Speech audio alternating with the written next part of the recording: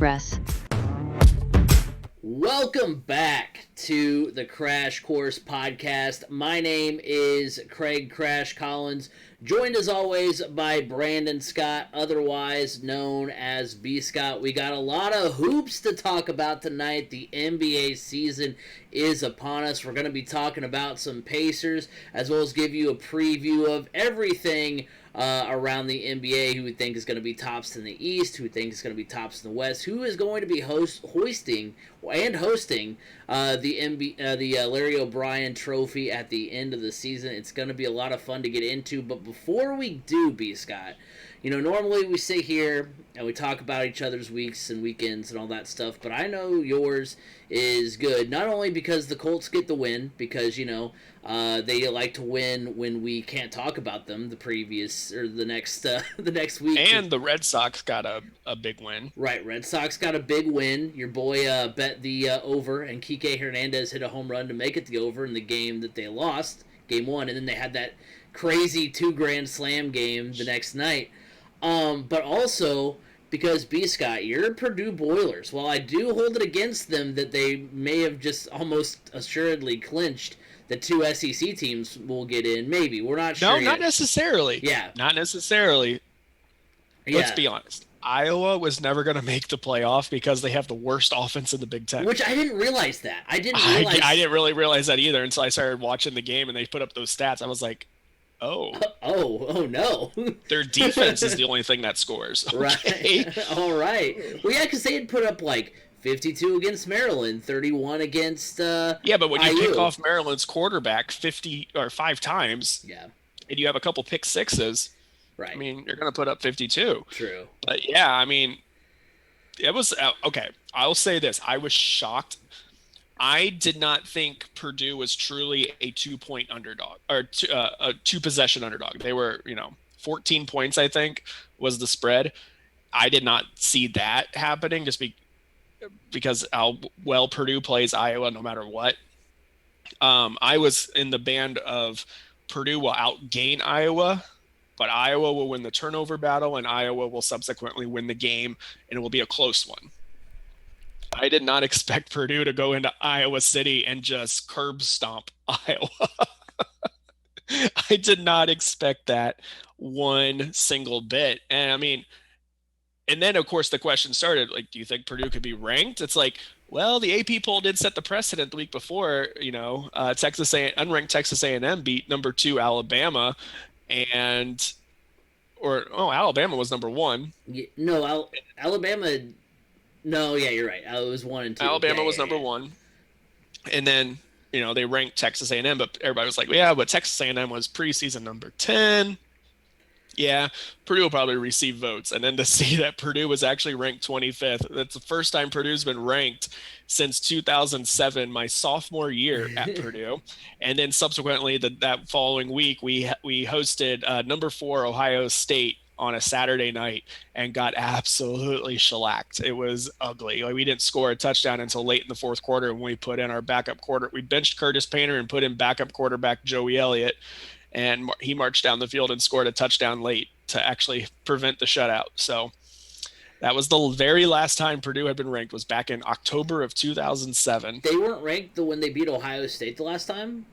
No, because when they beat Ohio State last time, it put them at 500. They ended up becoming 3-3 at that point. They started the season like 0-2 or something like that season, because they lost that first game against Nevada, I believe it. Oh, or no, it was Northwestern. We lost to Northwestern that first game of the season, and yeah, it was a rough start to that season.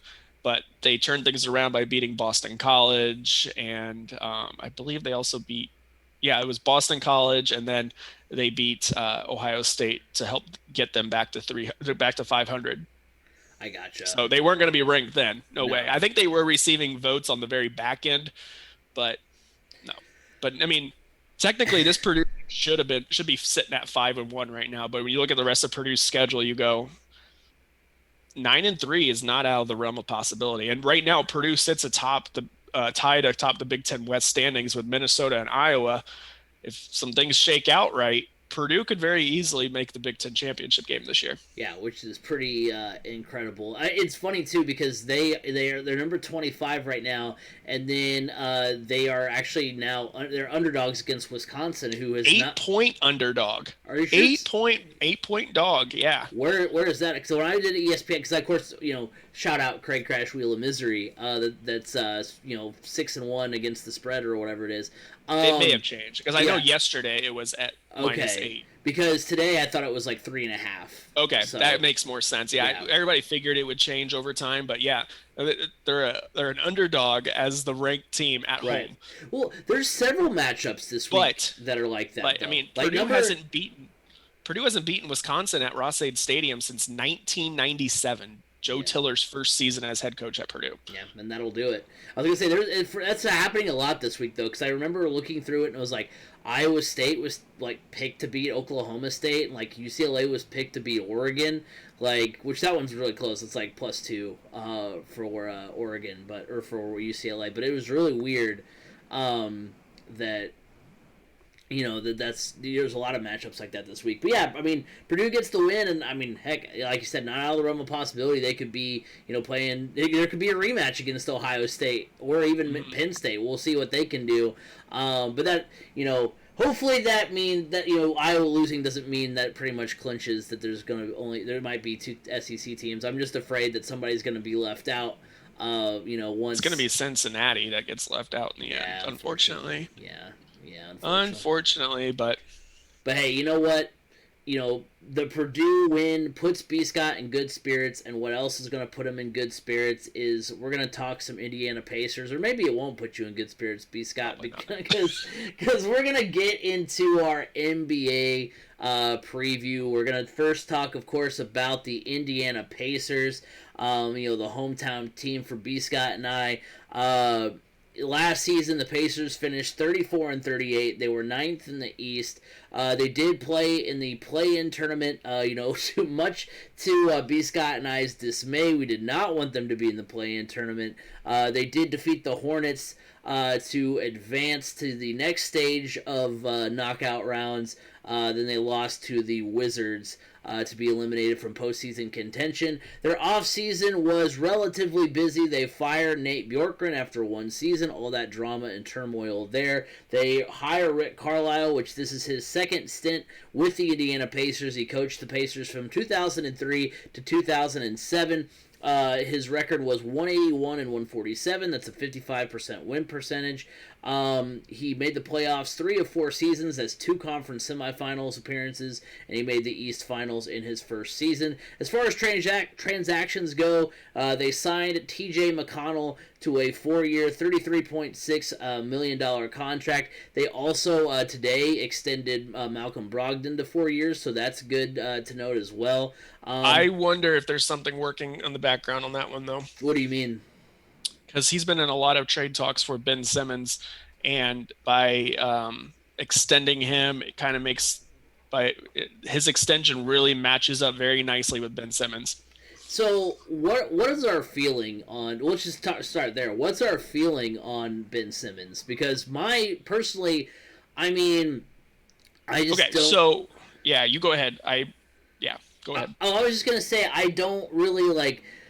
I mean, might he be a catalyst for the Pacers? Maybe he'll be a good attribute, a good acquisition for the Pacers to have. But just if you're trying to get somebody who's going to take you to the next level, I mean, what has Ben Simmons done to show that he can take a team to the next level? It's not like the Sixers are a team from a big market that Simmons just couldn't get it done in a big market, or that he needed a lot of talent to around him to make this. It's not like the Sixers are a big market team and he was like a small fish in a big pond. It was he was part of a rebuild. The Sixers are very similar to the Pacers in terms of not having they have good players, but they're all homegrown. Nobody teamed up with them to try to take them to the next level. Didn't they have Jimmy Butler one year? Didn't they trade for him at some point? Yeah, but I'm not surprised that didn't work out. Right. So And plus, like, isn't the whole drama around Ben Simmons right now is that he's not willing to address his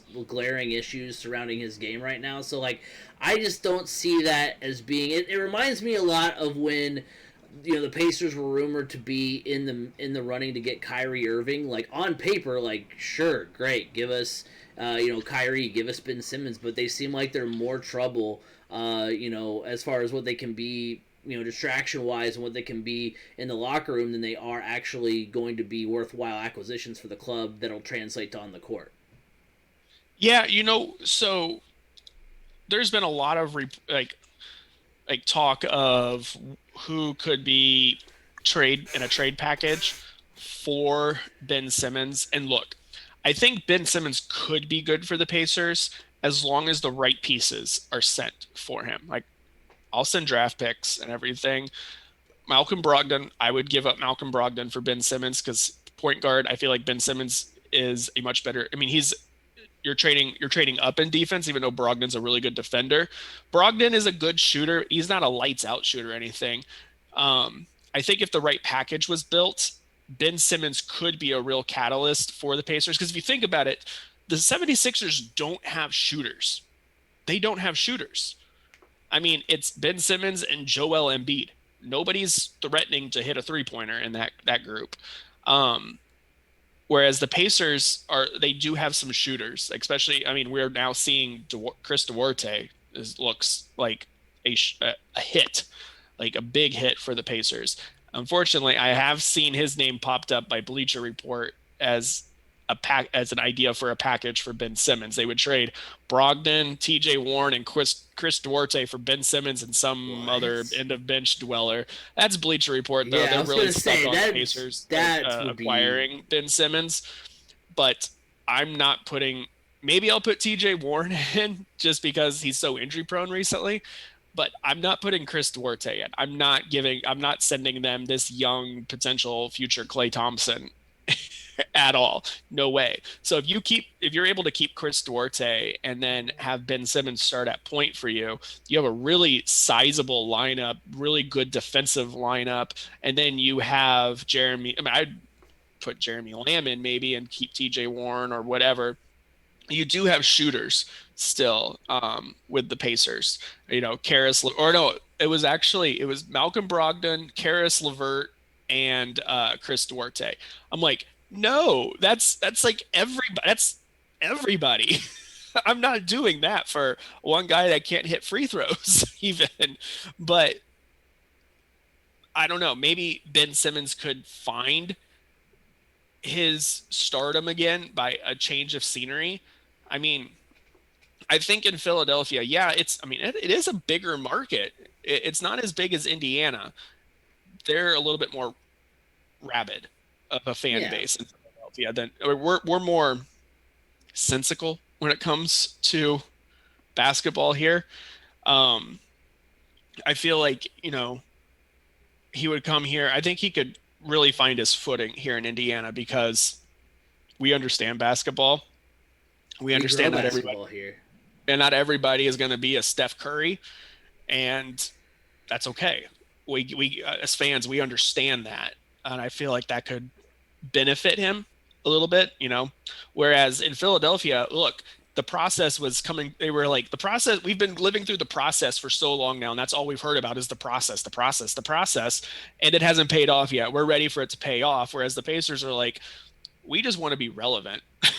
And that might be a good thing for Ben Simmons, where the pressure's not so high on him. He can play just a little bit looser. Yeah, I mean, I can see that, and I mean, but I'm not giving up like half of our starting lineup and then our biggest rookie acquisition for him either. Not doing it. It just makes me leery whenever a guy is having like drama with his club, and I mean, we'll never, we don't, I guess, know the full story. You have, Ben Simmons has his story and the Sixers have their story, and we'll never know like who's right and wrong. But at the same time, whenever there's like locker room drama and trades and all that stuff, like that just really, makes you a little leery. Just because I mean the Pacers just had their own like mini dose of that with Nate Bjorkgren, so it's like, Do we want to bring in someone who's going to be that kind of distraction, or who could potentially be that kind of distraction when the Pacers are trying to get their shit back pointed in the right direction after being in a situation where a couple of years ago, I mean, when we did our NBA preview a couple of years ago, we were like, oh, the Pacers are a top 4 team in the East, whereas right now, like, they're, in that fringe playoff group. So, like, right. I'm just a little hesitant to do that, but yeah, I mean, sure, for the right price, there's a lot of potential and upside there. It just always makes me a little leery when there's that locker room stuff. Yeah. Oh, I get it. Yeah. But so it's one of those that it's probably not going to happen, but it does make you scratch your head when you see this extension for Malcolm Brogdon and how it kind of really pairs up a little nicely with that. So it's something to keep an eye on for sure. For sure. And then the Pacers also acquired Isaiah Jackson from the Lakers. That was during the draft. They drafted Chris Duarte out of Oregon. We mentioned that. Notable departures. The Pacers lose Cassius Stanley, Edmund Sumner, Aaron Holiday goes to the Wizards, Doug McDermott to the Spurs. So some pieces that, I mean... Technically we traded Aaron Holiday and we ended up getting Isaiah Jackson. Right. So those are the guys that are no longer there. So really, I mean, obviously those players were good when they were here, but, not going to be tremendously missed. The biggest piece that you lost from that is probably Doug McDermott, just because of his 3-and-D style coming off the bench. And he's pretty athletic. Right. He's a secret closeted athlete. But that's probably the biggest loss right there out of the rest of them. Cassius Stanley, like, I don't know. He had a lot of, I guess we all thought he had some promise, but I guess the front office didn't. Edmund Sumner's a little bit of a head scratcher. He gets injured and then they trade him to basically dump salary. So yeah. That one's a bummer. That's a bummer because he was a good contributor, but I still think Doug McDermott's the biggest loss. Yeah, and then so now turning ahead to the 2021 season, which gets underway on Wednesday at 7 p.m. at the Hornets. The main thing going into this season, and the main thing you'll hear me talk about here, and probably you as well, B. Scott, is the injuries. Right now, Brogdon is day-to-day, as is Jeremy Lamb. Karis LeVert is expected to miss a little bit of time at the beginning of the year to start off the season. And T.J. Warren still has his ongoing injury with his foot. No timetable to return for T.J. Warren. Now, like I said, they get going on Wednesday against the Hornets. They will open at home Saturday at 7 against the Miami Heat. So going into this season, I mean, the Pacers a couple of years ago, with Oladipo and Sabonis, we were thinking, hey, what are they, a contender to get to the East, semifinals, the East Finals? What could they potentially do? And now, after years of first-round exits and last year making the play-in tournament, I think the biggest kind of question for the Indiana Pacers is, what can they do with Rick Carlisle? What can they do this season? Can we expect them to be back in the playoffs? Can we expect them to maybe even win a series? Or are they going to miss the whole thing, and are we going to be sitting here next year like, hey, what do they do? How do we tear this down? Do we tear it down? Do we do a little bit of a rebuild? What do we do? So we're going to go into hot or cold. That's where, I'll give I'll say a take, and B. Scott and I will decide whether or not that take is a hot one or a cold one. And let's start right here. The Pacers will finish above 500 this season. I do think that this is a hot take, because that's step number one. The Pacers finished under 500 last year, did not look good, through. I mean, they found their stride in certain points this season, but for the most part were, a mess. NBA.com predicts that the Pacers will be 41-41, and so I kind of looked into what the Mavericks, were the last 5 seasons under Carlisle, because in the original draft of our outline, I, was going to pose the question whether or not Carlisle will be here in 5 years, because we've seen all this kind of instability with the coaching position. I mean, Vogel was here for 5 years, McMillan was here for 4. But then, of course, the whole mess with Bjorkgren and all that kind of stuff. We've seen McMillan now have success with the Hawks. So, the question is, what do we want to see out of Rick Carlisle? Because looking back, I was like, what has he had? Because with the Mavericks, he had Luka. And with the Mavericks, he had Dirk. during that finals run.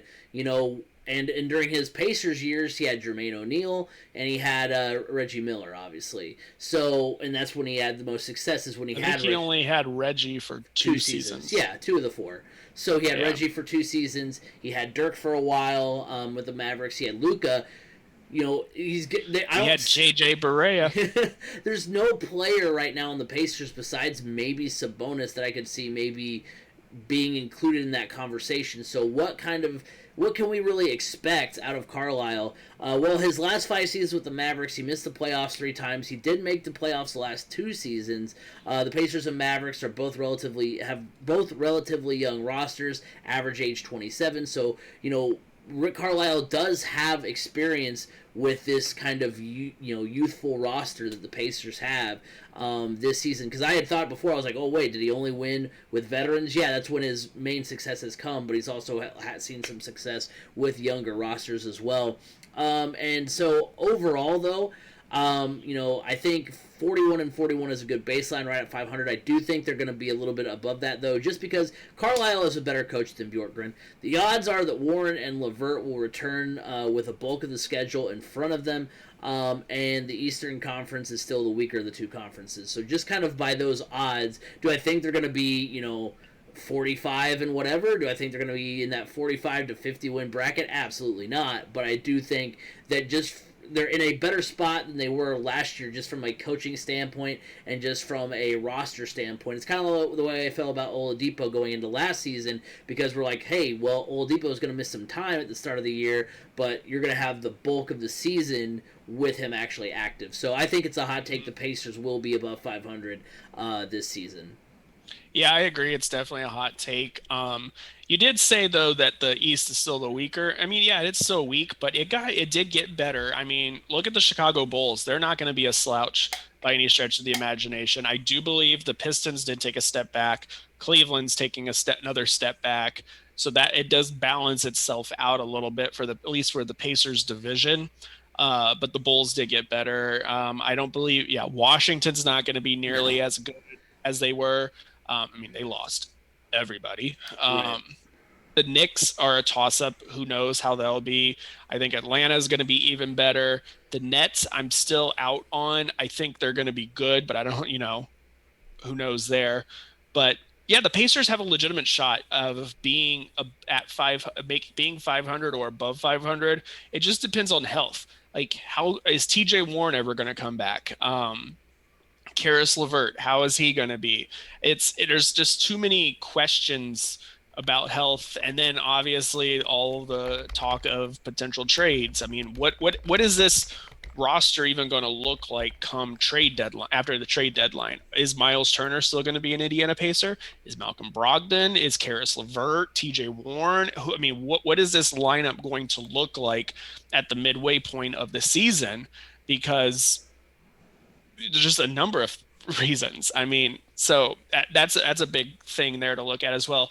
But I mean, even last year, they hovered around 500. They finished under 500, but they were still right around there, and they still had all that turmoil, and they had a ton of injuries, trades. I mean, there was a lot of things going on. I think it's a little bit more consistency. They're gonna have a better relationship with the coach, which is going to be a big deal. I mean, this is still a team that's got talented players. It's not like we're running out there a bunch of scrubs. I mean, we still have an all-star in Domantas Sabonis. Karis LeVert is just scratching the surface of what he could potentially be. If TJ Warren gets healthy, we all saw what he can look like in the NBA bubble and when he's healthy. So there's just, I mean, this roster has a ton of potential. It just needs to put it all together. And I think it can enough to, make a run to the playoffs and get in at a little above 500, but it's going to take some time. And that's why I don't think they'll be way above 500, but I think they'll be right around, if not just a little bit above. Yeah, I'm with that as well. So the next question, the next thing that kind of falls in line for the Pacers here is, will the Pacers be in the play-in tournament? And, as much as I wanted to say that that's a cold take, they'll be firmly in. You kind of forget that being out of the play-in tournament, but it's still in the playoffs, means you're the 6th seed. Last year, the Pacers were 6 games out of that 6th seed. Now, the Wizards and Celtics were the 2 teams in front of the Pacers in the East last season, but I think both the Celtics and Wizards will take a step back. Obviously, you mentioned what the Wizards lost, and then I think the Celtics, you know, what's crazy is not a lot has changed, and we'll get into that more in a minute. You know, as far as the NBA landscape is concerned, some people have moved around, but for the most part, it's relatively everybody running it back, and not a whole lot is different. So with that said, the Celtics, I think, are going to take a step back too, because you lost a great head coach in Brad Stevens. Yes, he's still in the organization, but he's not coaching the team. So Who was their point guard last year? I can't remember his name.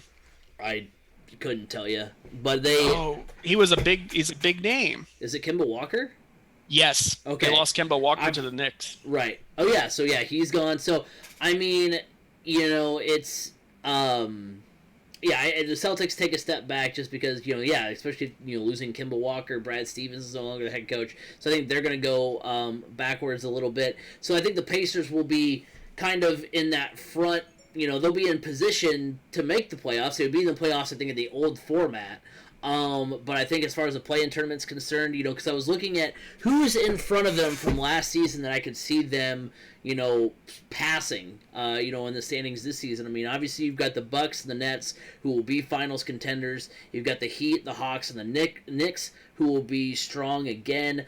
And even though the 76ers right now have the most dysfunction, I don't see them falling, so far that they end up in the play-in tournament. So I just think from that point, I mean, that's 6 teams right there. So the Pacers, by even that definition, would be, in the play-in tournament. So as much as I would like to say, yeah, they'll be firmly in, they're going to be the 6th seed. Because even, when I was thinking about it, because we're so used to doing the baseline of, hey, will they be the 4th seed? Will they be the 5 seed? That we're like, oh, hey, 6 is maybe underestimating them. And like, wait, actually, 6 is probably optimistic with how things look this season. So, yeah, I think they'll end up in the play-in tournament. I think they will end up making the actual playoffs.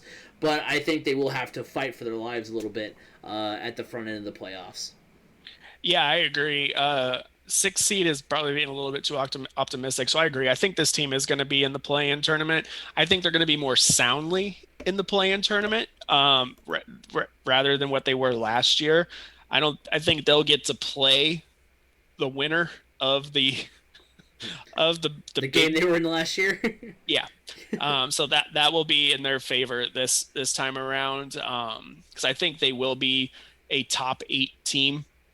So I don't think they're going to have to be battling to work their way into the playoffs from the play-in tournament. I think they'll be one of those top 8 teams that will still have to play in it, unfortunately. But yeah, I mean, I can see that about the 7 seed, really. Yeah. I mean, I would love to be wrong. I would love for them to be better. Oh, yeah. But who knows? Like I said, who knows? It all depends on health. This is a different angle that we're taking, and I think maybe it'll be good for us ultimately in the long run, because typically every year... I think we were too high on them. Yeah, we were like, oh, yeah, 4 seed, like, conference semifinals at least. Like, let's go. And then we'd always be disappointed. I think now this year we're ready to be pleasantly surprised. We're like, okay, you know what? We'll set the bar low so maybe you can clear it. And ultimately, where is that bar? This is where we're going to give our record prediction. For me, again, I think they're going to be above 500, and I think they will play a majority of the season with LeVert, with Warren. That's being optimistic. That's about as optimistic as I'll get. I think the Pacers are going to be 43-39, and they'll be 7th in the Eastern Conference. So, I mean, that is also judging that the bottom of the Eastern Conference will be above 500, because usually when you're talking about the 7th seed in the Eastern Conference, you're talking like, in the low 40s, high 30s. You're talking 39 and 43. Right, exactly. So hopefully the East is a little bit stronger in that regard. But yeah, I have the Pacers at 43-39, 7th in the Eastern Conference come season's end. Yeah, it's hard to predict a record. I still think 7 seed. Let me throw out a number. I'm going to be a little bit more optimistic. I'll say 44-38. You're playing prices right with me right now. You're like, you know what? I'll get that number in there. You bet 200. I say 201. Exactly. I like it. I like the strategy there. Anything else to add on that, B. Scott, before we move into the whole rest of the league? I like I said, this season is so dependent on health. The wild card of the coaching relationship, I don't think we have to worry about this year. Rick Carlisle is a very respected head coach all throughout the league, and the players understand that as well. I think they were all very excited for him to get brought in. It's all about health. Yeah. I mean, this is Indianapolis. We don't have the best of luck with health with our athletes in recent years. So No, not at all. Well, now we're going to shift gears to the rest of the league. But before we do that, let's talk about our friends of the show. First, we want to thank Anchor for allowing us to put on the podcast each and every week. Anchor.com allows us to put on you can either upload the podcast directly to the website or you can record it separately like we do and upload it. It's really easy to use. You are able to monetize really quickly, which is nice, and it will distribute the podcast to every, all kinds of platforms, Spotify, Google Podcasts, Apple Podcasts. It will also archive your podcast, so you don't have to worry about, hey, will I lose a certain episode after such amount of time? No, they'll all be archived for you, especially on those respective apps, so you'll be able to go back to a podcast from, a year ago and be able to pull clips out of that. I know B. Scott and I like to do that for our best of podcasts at the end of the year, so that is one thing to keep an eye on. Also, we want to give a shout out to Eat Lunch and Board Game. My cousin Adam does that podcast. It's all about, the connections you can make through board games, playing board games at work with your coworkers. He has a guest every week, and that's really fun to watch. Fun to listen to and engage with. So go over there, check out Eat Lunch at Board Game, and also remember you can follow us on Twitter at 3C Media Sports. You can like us on Facebook, Crash Course Podcast. You can listen every week on Apple Podcasts, Google Podcasts, Spotify, wherever podcasts can be heard. You can hear the Crash Course Podcast. Also, remember to go subscribe to the YouTube channel, 3C Media on YouTube. You can not only catch this podcast, but also the MCT podcast every Sunday. Those guys, Chris, Tade, Michael, they're getting it done. Want to give a quick shout out to Michael, who is taking a step up and is doing our thumbnails now. So he is he was killing it. If you haven't seen it already on my Instagram or on the podcast page. It's definitely a good thumbnail for tomorrow's podcast. So, when it releases on, all platforms. So, go check that out as well. 3C Media on TikTok. We've got some TikTok only content up there. So go check that out. And remember, you can watch us every week, Mondays, when we record the podcast. Interact with us in the chat. We've got Dusty, who asks us if we know who Mac McClung from the Lakers is. I do not know who that is. I do. Is he still on the Lakers? That's what Dusty wants to know. I believe, I don't know. He may be in the G League. He's the guy that was at Georgetown, and I believe Georgetown, and he transferred to Texas Tech. He's like, I don't know, like this white dude sensation. White dude sensation. I don't know how else to describe him. I don't know. I've never heard of him. So, he's from Dusty's area. That's why he wants to know. So yeah, we've never heard of him, but. That's the extent of our... What do you mean we've never heard of him? I just said who he was. Nope, you never heard of him. It's fine.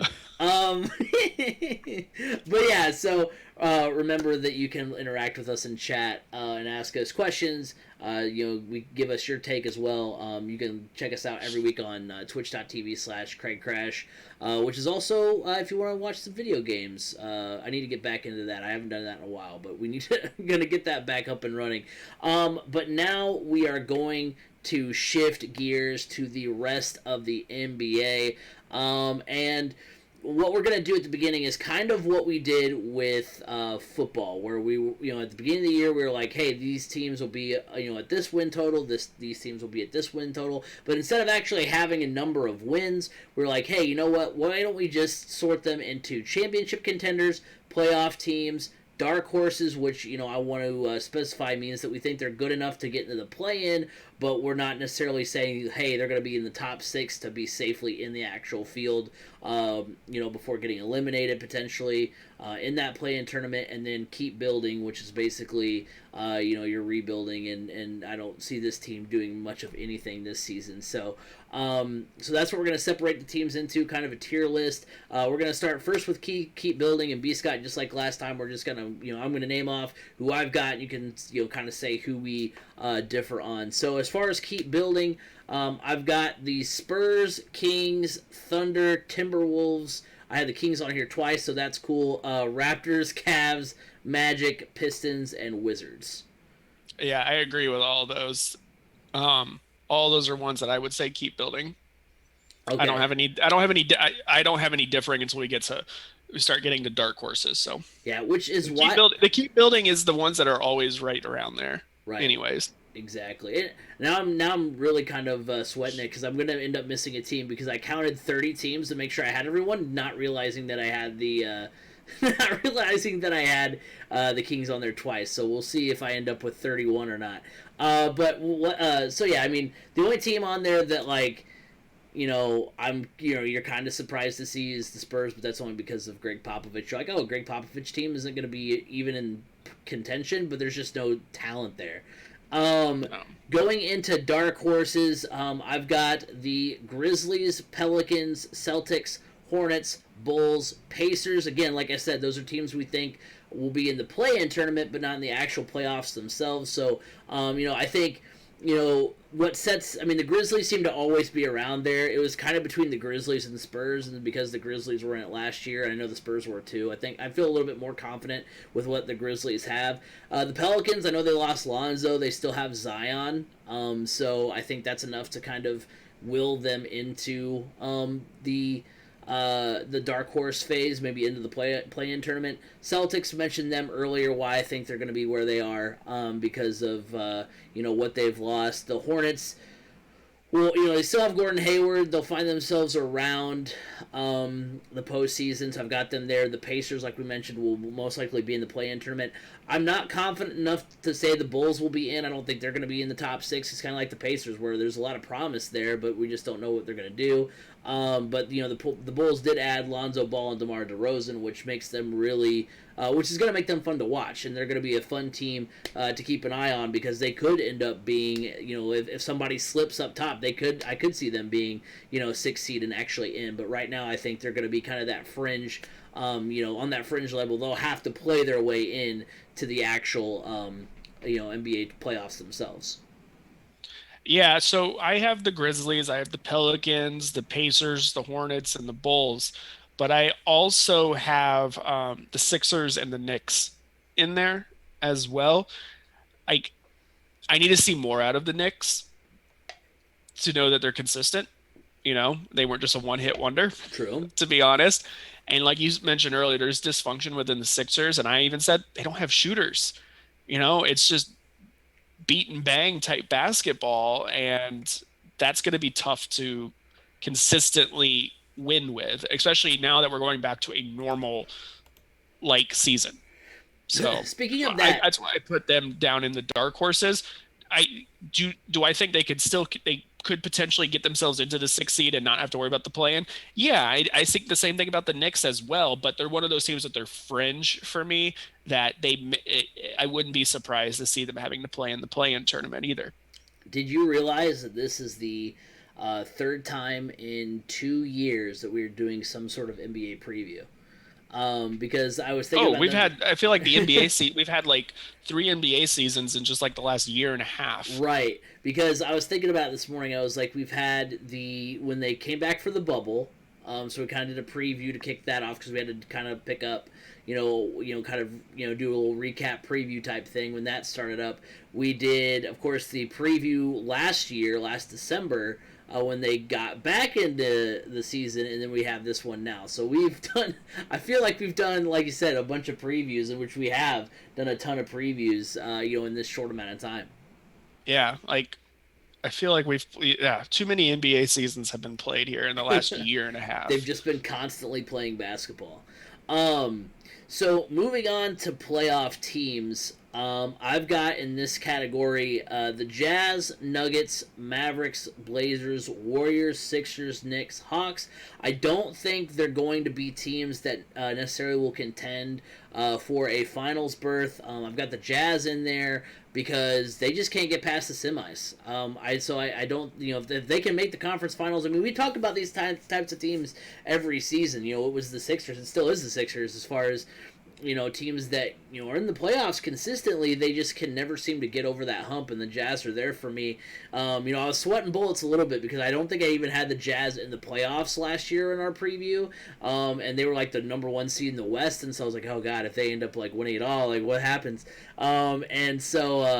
and then they ended up, getting bounced in the semis by the Clippers. So, the Nuggets are another team that, just kind of seems to have a good core. They just don't have, that player to take them to the next level. I mean, they do. They have, Jokic, but they, at the same time, just can't get, past a certain level of the playoffs. Dame and the Blazers seem to always be there, but never quite, at that championship contender level. I think the Warriors are going to have a bounce back season. I do think the Knicks are more than just a one hit wonder. I think they've got enough to keep that going. And of course, the Hawks. As much as I want to be like, oh, Nate McMillan and Trae Young were a fluke, like, I don't think they will be. I think they're going to be in the playoffs. So those are who I have as far as teams that will make the playoffs, but I just don't feel comfortable making them championship contenders. Yeah, so for me, the playoff teams, I have the Jazz, Nuggets, Mavericks, Blazers, Warriors, Celtics, Clippers, and Hawks. Um, I think the Celtics are going to be better off than you think. Um, I think losing Kemba Walker may have been addition by subtraction. He was injured often, and I feel like this, they still have Jaylen Brown and Jason Tatum, and to me, that's still a lot better than what a lot of other teams in the East have. So I feel like that's going to really get them into even potentially the top five just on that alone. And also, they brought back Al Horford. Al Horford is a really good player for them. I think that was a big sign for them. So that's going to help significantly there as well. See the Clippers. I'm just not 100% sold on playoff P still, and Kawhi. I know they made it far last year, but I still feel like last year was not a normal season because it was a shortened season. They were coming off of the playoff bubble pretty quickly. So I'm looking now at things as kind of as going back to normalcy. So I need to feel a little bit more confident in the Clippers before I move them up into contender status. Yeah, and that's fair. So yeah, moving on into contenders, I do have the Clippers there, just because I feel confident in a potential like Kawhi bounce back. I think he's gonna have a good solid season.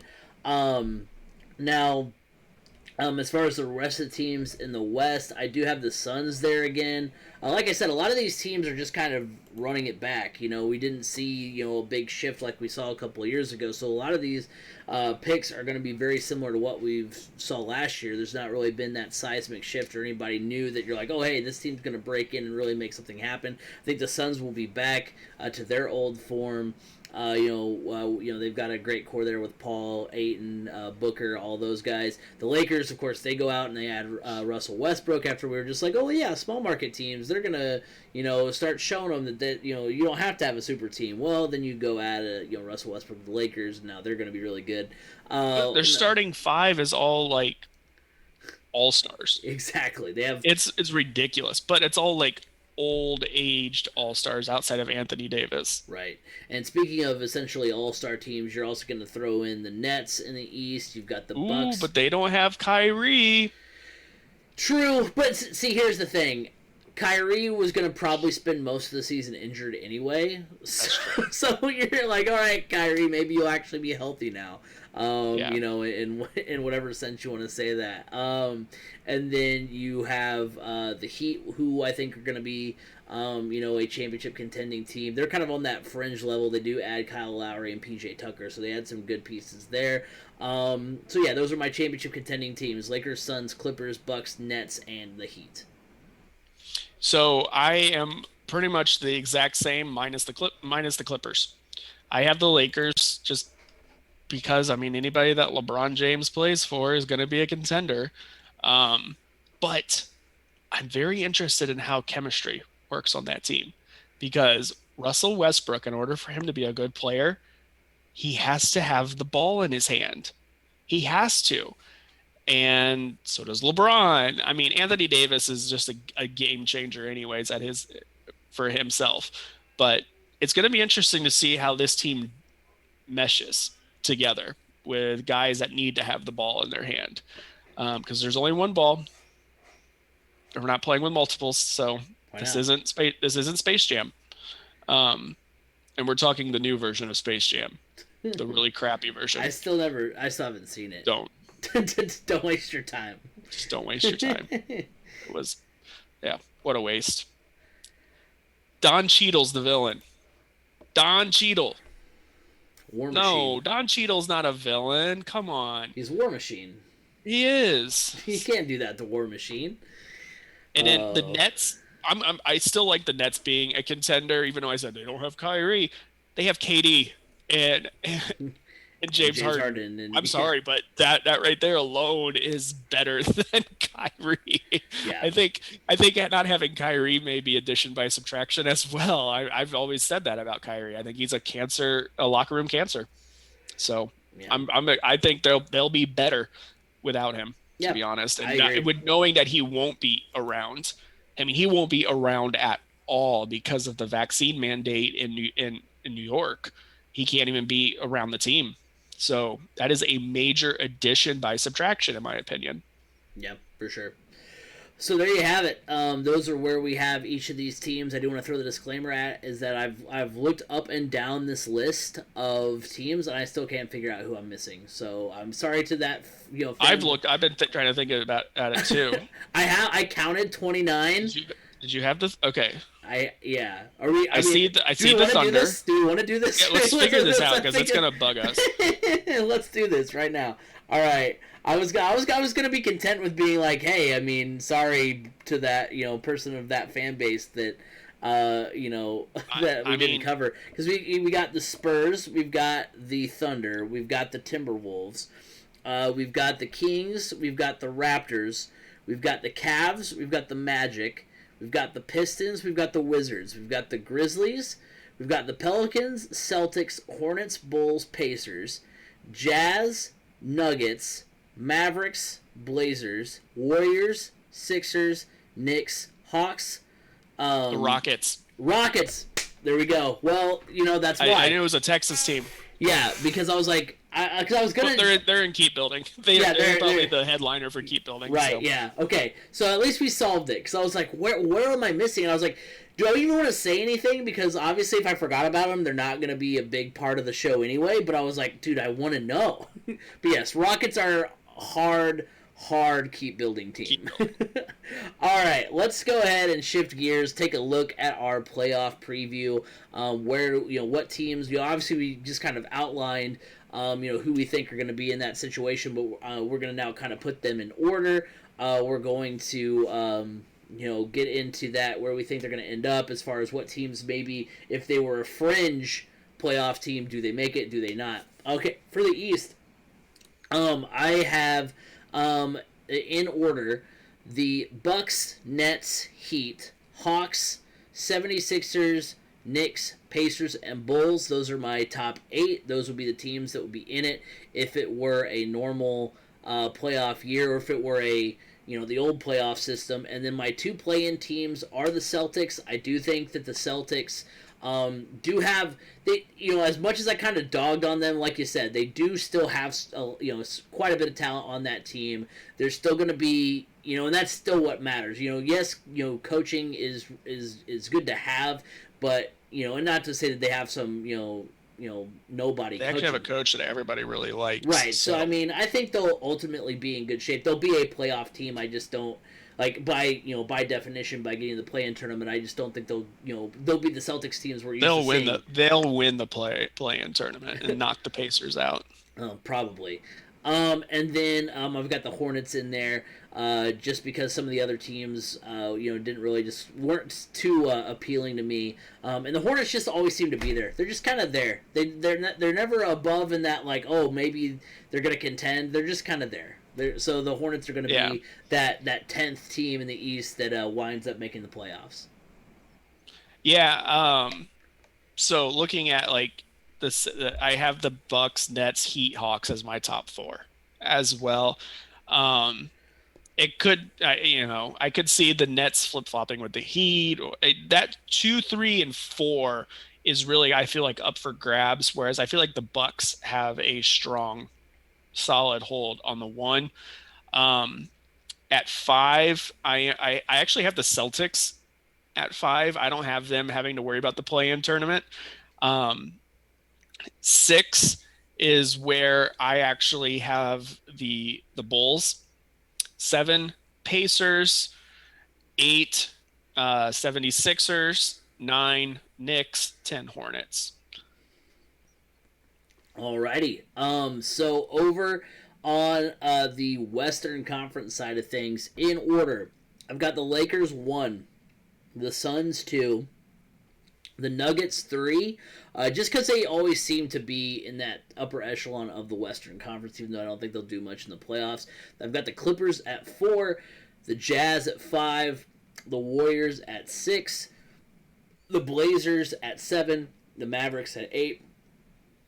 I think those teams are solidly in, and then I do have the Pelicans at 9, Grizzlies at 10 in that play-in tournament. They'll all fight to get into the postseason itself. Again, like I said, I think Pelicans with Zion, they're going to be in there, and the Grizzlies are kind of the Hornets of the Western Conference in the sense that they're just kind of always there. They never seem to get, back into where they were, the years that they were like knocking off the 1 seed and they were that scrappy Grizzlies teams. Now they're just kind of meh, they're there. So they're a team that probably really should be in the East.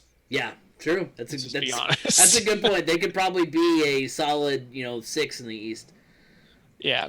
So for me, Lakers 1, Suns 2. I have Jazz at 3, Nuggets at 4, Warriors at 5, Clippers at 6, Blazers 7, Mavericks 8, Pelicans 9, Grizzlies 10.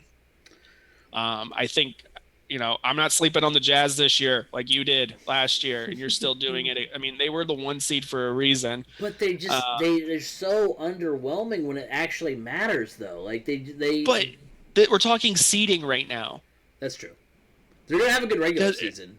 They're just exactly. They're not going to do anything in the postseason, but they're going to have a good regular season. Exactly. That's what you got to look at. You're thinking, well, I'm not going to rate them pretty highly because they don't do well in the postseason.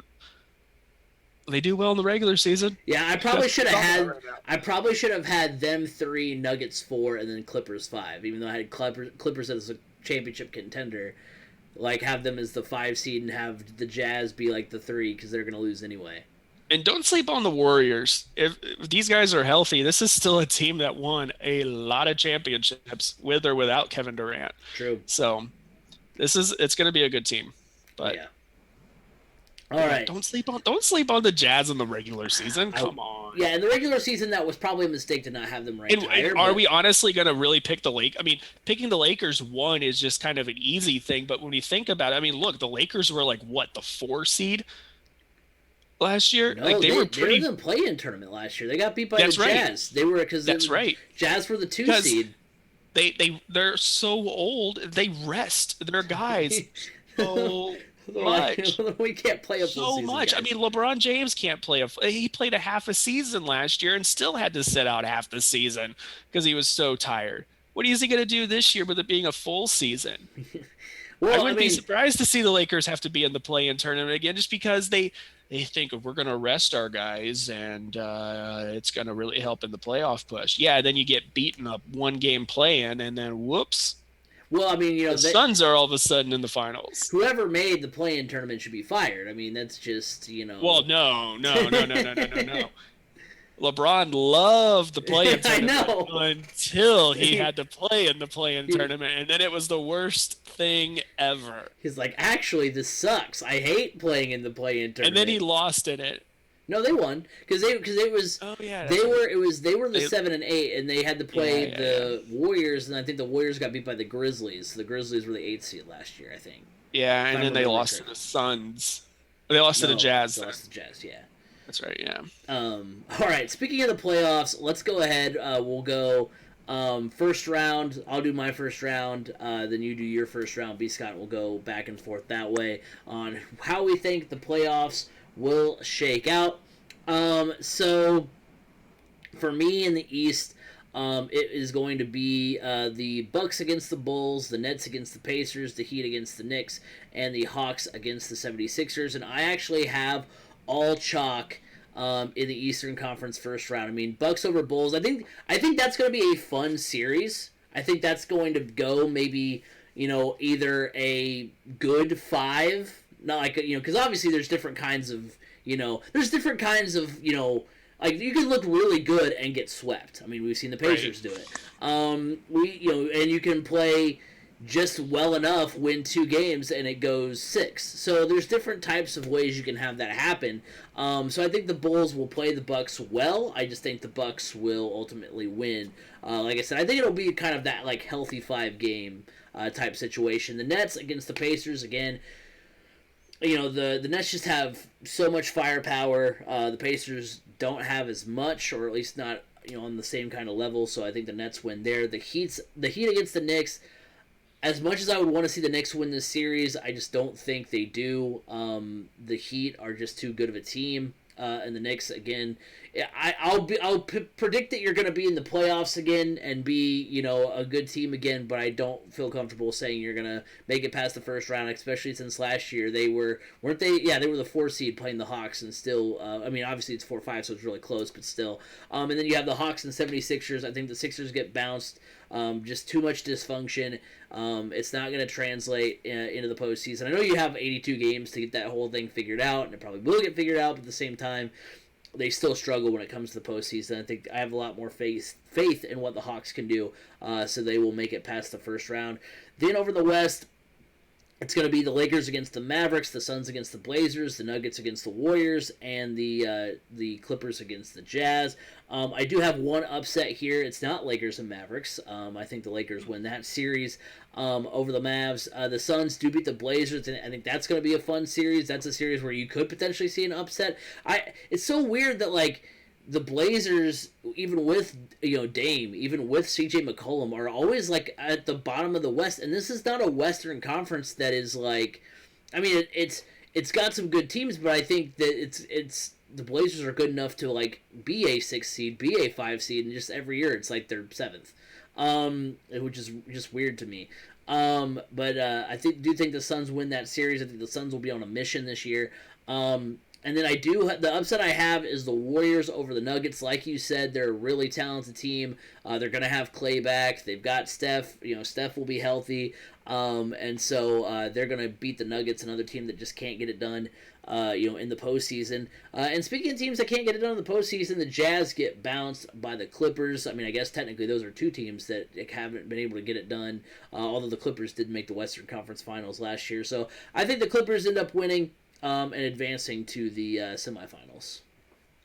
All right. So for me, I have always done this. I'm just going to say who I think is advancing because, yeah, that's just what I do. All right. Hey, do what you got to do, B. Scott. You do you. I do with me. It's just who I am. In the East, in the first round, I am going chalk to top 4, just like you did as well. The Bucks, Nets, Heat, and Hawks are all advancing. I think if there's anybody that could potentially, I'm looking at whoever the Pacers play. Like I said, if the Pacers are healthy, they could be a spoiler come the playoffs. But based off of what we know right now, I have to go to top 4 within the East, and I got to do the same thing within the West as well, which I'll say those again when we get there. Oh yeah, you already said yours, so yeah. For me, I got the Lakers, I have the Suns, the Warriors, and the Jazz. My top 4 are all advancing as well over there. The Jazz get it done just in the first round. I was gonna say, don't get too crazy. Get too cocky. Don't get too cocky here. But don't sleep on the Warriors. This is, like I said, this is still a championship caliber team. Again, this is one of those teams. Health is going to be a big issue as well. If they can stay healthy, then yeah.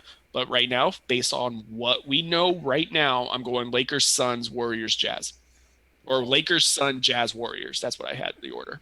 Alrighty, so conference semifinals. My conference semis were the Bucks against the Hawks, the Nets against the Heat. Conference semifinals over in the Eastern Conference. I've got the Bucks over the Hawks. The Bucks. I know the Hawks had a 2-0 series lead last year against the Hawks, and then the Bucks took the next 4.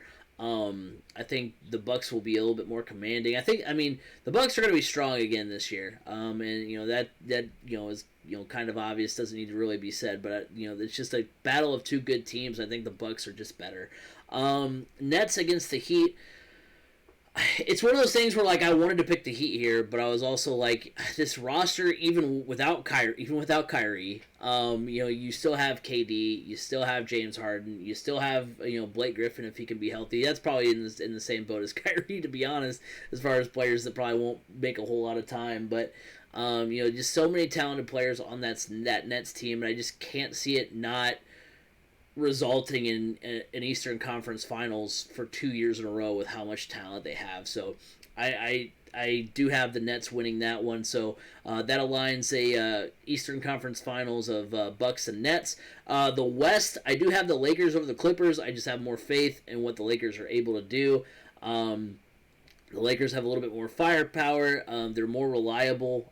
Their guys are more reliable in the postseason than the Clippers, with Kawhi and Paul George. So I've got the Lakers advancing there. And then, as much as I wanted last year to see the Suns win, because I kind of were like, oh, they have Chris Paul, and threw them in the playoffs above last season, and kind of lucked into that pick being right of them being good and in the playoffs.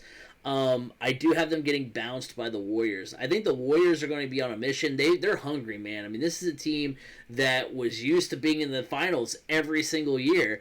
And now they're like, man, we missed the postseason the last the postseason really the last 2 years. I mean, yes, you have the play-in tournament, that's technically the playoffs, but I mean, it doesn't feel like that. It's kind of like making the wild card game in baseball. If you lose, you're like, well, we played one and we're done. Like, we don't really feel like we did anything. In the postseason, not something you can. You're not wearing that shirt out in public that like, oh, hey, we made the playoffs. Like, you're not doing that. So the Warriors, I think, are hungry to get to that level that they're used to being at. And so I have the Warriors winning that one, setting up a Western Conference Finals of the Lakers and Warriors. All right. So in the East, I too have the Bucks and the Nets both advancing. I think we're on a collision course for honestly the two best teams in the East. And it's hard to pick any way other around it, unfortunately. In the West, however, I do have an upset. Ooh. I have the 4 seed Warriors over the 1 seed Los Angeles Lakers. I like it. And I have the 2 seed Suns over the 3 seed Utah Jazz. So I am setting up an Eastern Conference Finals of Bucks and Nets, and a Western Conference Finals of Warriors and Suns. You're daring to do what I couldn't be, Scott, and that's what I love about you. I just feel like Steph Curry and company have LeBron James's number. Except for last year when they didn't, though. In the play. Well, last year they weren't. I know. So it wasn't the same Warriors. Jerk. All right, conference finals for the East. I do have the Bucks beating the Nets here. I just think ultimately it's weird because like as much firepower as the Nets have, and I know that you could then use this to say like, well, hey Craig, if you thought they'd get this far, then why are you all of a sudden saying these are going to be the issues in the finals? Well, I'm dying. Okay, that's one of the things that's happening. I just don't. With as much firepower as the Nets have, they also have, a lot of that firepower is guys that have struggled in the postseason when they've gotten to a certain point. James Harden, Kevin Durant, and not more health than anything else. And then if Kyrie's not there, who do they turn to? If those two guys can't seem to get it done, because this will be the point where it's like, hey, this is it. This is our season. We're not in the regular season. We're not in the opening rounds against the better, the not as good teams. I think the Bucks can match the Nets really well, and so I think the Bucks will win over the Nets in the Eastern Conference. In the West, I did not do what B. Scott was so courageous to do. I have the Lakers over the Warriors. It'll be an epic battle between LeBron and Steph. And I just think, the Lakers just have a little bit more on their roster, and albeit, old talent, old ammunition in their arsenal, I think they're going to ultimately win. It's going to be a great series. That series probably goes 7 games, and it's going to be an epic battle, but I just see the Lakers coming out on top, and that sets up an NBA Finals of the Lakers and the Bucks. So for me, I'm going to go with the Nets over the Bucks. It's a close one, though. I really want to pick the Bucks, but when you have James Harden and Kevin Durant, it's tough. Yeah. Now, based on what we know now, I have to do that. Any type of injury, the Nets are not very deep. I will say that, whereas the Bucks have depth. No, screw it. I'm going the Bucks. I want to. I want to. I want to go with the Bucks. Why not? Hey, you do you, B. Scott. We're telling you. You do All right, your thing. I got the Bucks over the Nets in the East. It's a toss-up, though. That's going to be a really good series. I could go 7, to be honest. In the West, I'm going to go with the Warriors over the Suns. The Suns did lose a key piece off the bench in Torrey Craig, who, by the way, signed with the Indiana Pacers. I didn't feel like the Suns were that deep to begin with, so losing a key piece like that is going to hurt. And like you said, the Warriors are hungry. They have a lot to prove. They've had a rough past couple of years. Ever since losing to the Raptors in the finals, it's been a rough go of things for the Warriors. And I think they right the ship and they get back to the top where they belong in the West as far as the playoffs go. So that's setting up a finals of the Bucks and the Warriors. That could be a fun one. Oh yeah, I'm. Let's put it this way: I'm more excited about your NBA Finals than I am necessarily about mine. Mine would still be a fun one. It'd still be a 6-7 game series, Lakers and Bucks. I do go with the Lakers over the Bucks. It's kind of one of those weird things where like like I said, that one's a toss up. Again, I think the Lakers are a little bit deeper than what the Bucks have as far as star power. We know that what ultimately wins. I mean, even though last year was the small market teams, but I think the Lakers are kind of on a mission. They were bounced in the first round. LeBron was bounced in the first round for the first time in his career. I see them getting back to the NBA Finals and winning over the Bucks. I just don't. I'm never confident enough to pick like back-to-back winners unless like it's the years where we dealt with Warriors and Cavs every year. So I don't think it's going to be a repeat, and just to make it a little bit different than what maybe some of the experts have, who I'm sure a lot of them are picking the Bucks to repeat. I'm going to have the Lakers, which is weird to think of like, hey, the Lakers might be not everyone's pick with as much talent as they have, but I'm going Lakers over Bucks. The Lakers are going to win your 2022 NBA Finals. Yeah, I love my NBA Finals now that I think about it, and this is a tough one to pick. This is gonna go 7. I know it's gonna go 7. I'm going Warriors though. I like it. I think the Warrior just the shooting ability of Clay and Steph could be a little bit too much for Giannis to overcome, to be honest. And yeah. All right. Is that? I mean, that's my final answer. That's your final answer. Hey, I'm not phoning a friend. I like it. And I mean, I could definitely see that happening. Like I said, Steph and Clay are going to be hungry to get back. Yeah, I like it. I like the Warriors pick. So I've got the Lakers. B. Scott has the Warriors. We'll check back in on that obviously throughout the season. Real quick, do we want to do off the cuff MVP selection? James Harden. Devin Booker.